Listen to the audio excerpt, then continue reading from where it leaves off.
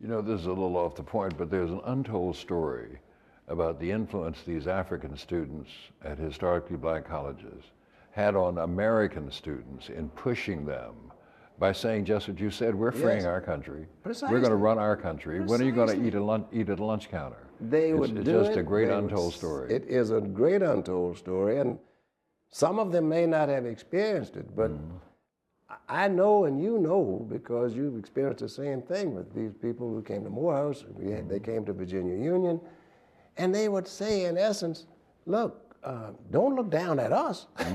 We're doing things. What are you doing about riding on the back of the bus? What are you doing about sitting in the streetcar counters? No, we're not going to come here to live. We're going back to our countries to govern. And why are you not governing?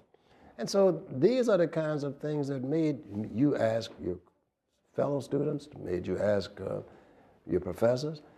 It wasn't going to be in the media. You were never going to be encouraged by that. You were never going to be encouraged by the general society. And so if you understood that if change was to come, it had to come from within, you had to do it. Or else, with land as it is with life, you plow new ground or you watch the weeds grow. But you said about the media prompted my memory. You were fortunate in a way to live in a city that had a vibrant black newspaper, the Yes. Richmond Afro-American. Yes. And I just showed my students at a class at American University last night the front page of the Richmond Afro announcing that, and I can't remember her name, she just died, the woman who, Ruth. no, the bus woman who, Ms. Tinsley. no,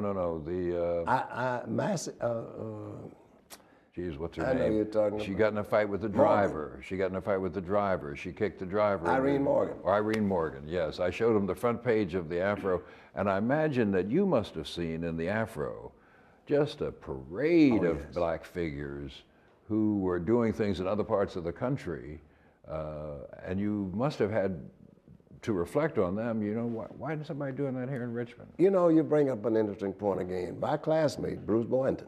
Sure, Bruce, yes, go My ahead, talk about classmate him. was coming through Richmond, going back to where he lived in Alabama. In Selma, he's from Selma, Selma. Alabama.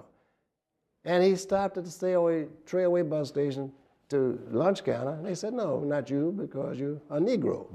So he called me, and I was not in. He then called Henry Marsh, and Marsh was in, but Marsh referred him to the Hill Tucker firm. And they took that case. That was the case that ended discrimination in international buses. Versus Virginia. Boynton versus Virginia.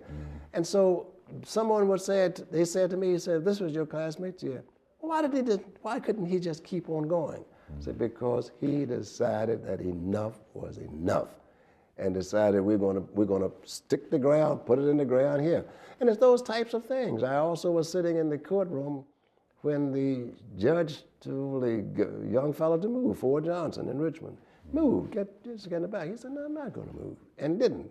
In that case, ultimately, the NAACP took it, wanted ending discrimination in the courtrooms. It's those single instances when people have to decide for themselves what their lives are going to be like. And they very rarely get mentioned, they rarely get the headlines, they rarely get any recognition. But it's a combination of things that contribute to the leadership of the masses, expressed in many instances by a few, but that germ had to have been planted someplace. And I wonder to what degree the presence of the newspaper, the Afro, Oh, yes. brought these things to you. That's correct. If they happened away from Richmond. Yes. And made you think, gee, this could happen here. I said the same thing when I ran for governor, and I told Tom Bradley, I said, you should have been the first elected African-American governor in this country. I said, you got a bad shake. Even your own people turned on you.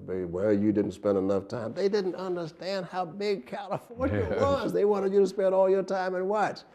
And he looked at me and he said, well, it's kind of you to say that. I said, no, I meant it.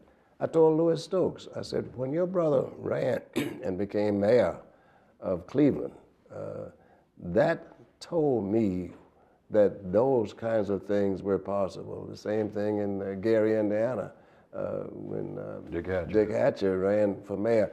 So It's no single thing that brings things to the fore. It's a combination.